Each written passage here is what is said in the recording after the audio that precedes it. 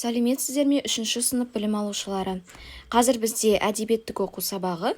Бүгінгі сабағымыздың тақырыбы асыл сөз. Сабақ мақсаты.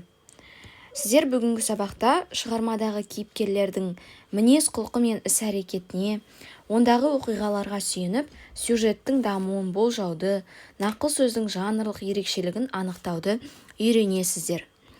Олай болса, балалар, дәптерімізді ашып, бүгінгі ай күнді жазайық. 16 қаңтар сынып жұмысы. Оқулығымыздың 13 бетінде Наурыз жаңғырған салт дәстүрлер кітабынан үзіндіні оқып шығайық. Түсініп оқы. Бала кезімде әжеммен қонаққа жиі баратынмын. Бір ғажабы, қай үйге қонаққа барсам да ылғи құлақ жейтінмін. Әже, дедім бір күні шыдай алмай. Маған неге құлақ ұстата береді? Әжем маған мейірлене қарап былай деді. Ата-бабаңның дәстүрі солай. Үлкендердің жас балаға құлақ беретін себебі жақсы сөзге құлағы түрік болсын, айтқанды тыңдап өссін дегені. Енді балалар мәтінді пайдалана отырып, маған ауызша түрде жауап беріңіздер. Су анасы бұлақ, сөз анасы құлақ, жол анасы тұяқ. Не себепті олай айтылған?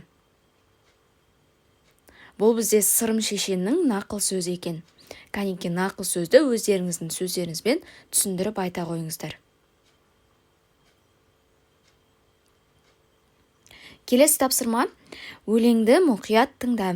Оқулығымыздың 14-15 бетінде асыл сөз өлеңі берілген. Қазір мен сіздерге оқып шығамын. Сіздер мұқият тыңдаңыздар. Асыл сөз. Атам менің әманда, әдепті жан бол деген. Асыл сөзі санамда, жасыл күнге жол берем. Алдын орап кісінің кесіп өтпей көлдеген. Ізетімен кішінің сәлемдесіп қол берем. Атам менің әманда, кішіпейіл бол деген. Асыл сөзі санамда, мақтанбауды жөн көрем. Өзімді мен өзгеден санамаймын жоғары. Әуес боп жел сөзбенен көргенім жоқ мен әлі. Атам менің әманда, әділетті бол деген. Асыл сөзі санамда, жүрем әділ жол менен. Қалдыратын ұятқа, жалған сөзге төзбеймін. Жеткізетін мұратқа, тек шындықты көздеймін. Дейтін адам аманда, мейірімділік борышың. Қадірлі қарт адамға, берем ылғи қол ұшын. Орындаймын табанда, тілегінің бәрінде. Кейде ауырып қалғанда, әкеп берем дәріде. Атам менің әманда, бол дейтұғын тіл алғыш. Асыл сөзі санамда, алып жүрмін күл алғыс. Үлкеннің де, кішінің айтқан тілін аламын. Істеп бәрін ісінің, көңілдерін табамын. Абдрахман Асылбек. Балалар, енді осы өлең бойынша жұмыс жасайық. Өлеңді бөліктерге бөліп, әр бөлікке ат қой. Атауды нақыл сөз түрінде ұсын. Сіздерде өлеңнің неше шумағы берілген санап шығасыздар. Сосын сол әрбір шумағына нақыл сөзбен өздеріңіз ой түйіндейсіздер. Оны дәптерлеріңізге жазыңыздар.